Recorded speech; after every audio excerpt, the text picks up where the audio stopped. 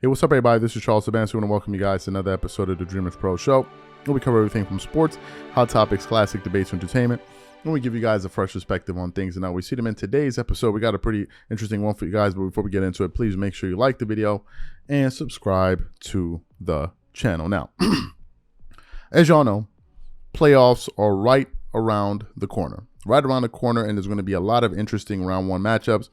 Of course, you have the Lakers versus the Grizzlies. That's going to be pretty interesting, and I think most of the interesting series are going to be in the Western Conference. Although I'm very interested to see that Cleveland Cavaliers and New York Knicks is always fun when the Knicks are in the playoffs with that New York crowd and all that. It's going to be fun.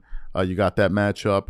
Another matchup that I think a lot of people are going to be interested in is the Clippers versus the Suns. Right? That's going to be a pretty interesting one for a lot of people, especially me. Now, as y'all know, about roughly 3 weeks ago, Paul George suffered an injury during a game. He was going up for a rebound where he sprained his knee. I think it was his right knee, right?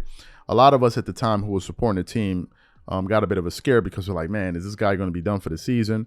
But after an MRI came out, we found out that he has a sprain, that nothing broke, nothing tore, right?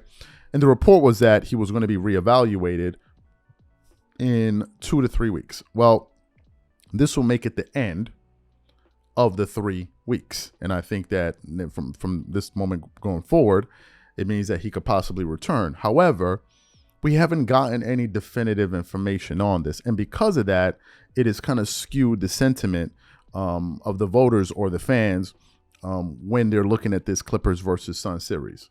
Most people, I think, have the Suns winning this series because Paul George is not available. Now, there's some people out there like Kendrick Perkins and others who believe that, no, the Clippers have enough depth, they have enough coaching to go out there and make it a competitive series and possibly win this series without Paul George. And if they do that, that would be an absolute tour de force by Kawhi Leonard, and would have to view Kawhi Leonard in a totally different light, that he was able to beat Kevin Durant, Chris Paul, and Devin Booker without another all-star by his side. I mean, come on, what else are we waiting for right here? So, but most people still feel like they will need Paul George. The Clippers, in this case, would need Paul George to be competitive against the Phoenix Suns, given that they have an 8-0 record when Kevin Durant, has played. Now, this morning, however, was combing through the internet, and I follow the Clippers closely. I've been listening to a lot of their interviews, especially post-practice, preparing when they're gearing up for the playoffs. But this morning, I was combing through the internet. I came across an article on fadeawayworld.net, and then this article was essentially highlighting some footage of Paul George actually practicing. And in this video, he was practicing, and then Ty Lue saw the person recording this video, and Ty Lue actually started to wave to the guy or girl, whoever it was, to stop recording, and he started hiding Paul George, standing in front of him. Ty Lue is a strategist. He's like a general out there. He's one of the most pragmatic NBA coaches in the NBA. When it comes to strategy, he's one of the best. And that's the reason why I think in terms of adjustments, he's the best in the business. If you follow a Clippers series or you follow the Clippers in the playoffs, he's an absolute magician when it comes to making adjustments. And if you look at that Clippers series versus the Dallas Mavericks when they were being coached by Rick Carlisle, you will see Ty Lue at his best. I mean, it was incredible. It was incredible, the adjustments he was making from a quarter to quarter to game basis. It was incredible, right? So Ty Lue is a strategist. And I think that Ty Lue doesn't want the opposition to know that Paul George could potentially be back as soon as game 2. Now, some people say game 2. The haters would be like, game 2, how the hell you know he gonna come back by game 2? You know how the haters do. The playoffs start on the 15th. The Clippers may play on Saturday. I don't know the NBA schedule. I haven't seen it yet. They may either be playing on Saturday or be playing on Sunday. If you know anything about the playoffs, these games are spaced out, sometimes by 2 or 3 days. 2 or 3 days in between games.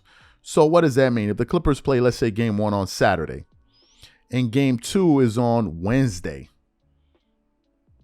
right? Game 2 is on Wednesday. You're giving this guy almost close to a week. If he comes back by game 3, you're looking at the end of next week. So it'd be like an entire week for him to come back. So it's realistic that Paul George may return this particular series in either game 2 or latest game 3. And you can actually see him getting up shots. If you look at one of his most recent shows on the Paul George podcast, his leg was in a cast. Now let me tell you guys something. Paul George may have been faking you guys out. He may have been able to walk just fine, and he wore that cast on his leg, or that brace, or whatever it is, some type of medical apparatus. He may have been doing that to throw off the competition. He may have been further along in his rehab than he was showing in that video. I mean, you guys, this is strategy. This is the playoffs. It's not the regular season. So he may have just been throwing you guys, on a wild goose chase. And if he comes back, he's just another, 24 point per game scorer.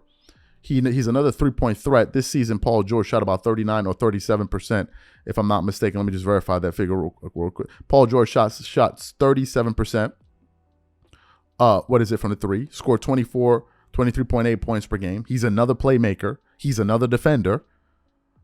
So he's another body you can throw at Kevin Durant. And if he does that, it makes it very, very hard. And it makes the Clippers an even deeper team. And also, Ty Lue will be able to stagger his players in different ways. So now you can have at least 2 of your 3 best players on the court at the same time. Because usually what Ty Lue would do historically is stagger Kawhi Leonard and Paul George, so at least he has one of his stars on the floor at the same time. But now if you have 3 of these guys, you can ensure that you have at least 2 of them on the floor at the same time. So to me, I think it would be a game changer if they have Paul George return. And I think the sentiment out there would shift, whereas some people believe right now it's a foregone conclusion that the Phoenix Suns are going to pummel the Clippers. And I think a lot of people will be changing their tune. As a matter of fact, before producing this particular show, we put up a poll just under an hour ago, and obviously it's going to depend on when you guys see this. We put up a poll where we polled our audience when we asked them simply this. And some of you guys can't say it was a Clippers channel, so therefore, no. We said, would you pick the Clippers to win the series versus the Suns if Paul George returns by game 2? That original poll that I put up, where about 65 to 70% of the people were leaning towards the Suns. Well, now the margin is shrunk. Now 47% of the people are saying they would pick the Clippers, and 53% are saying no.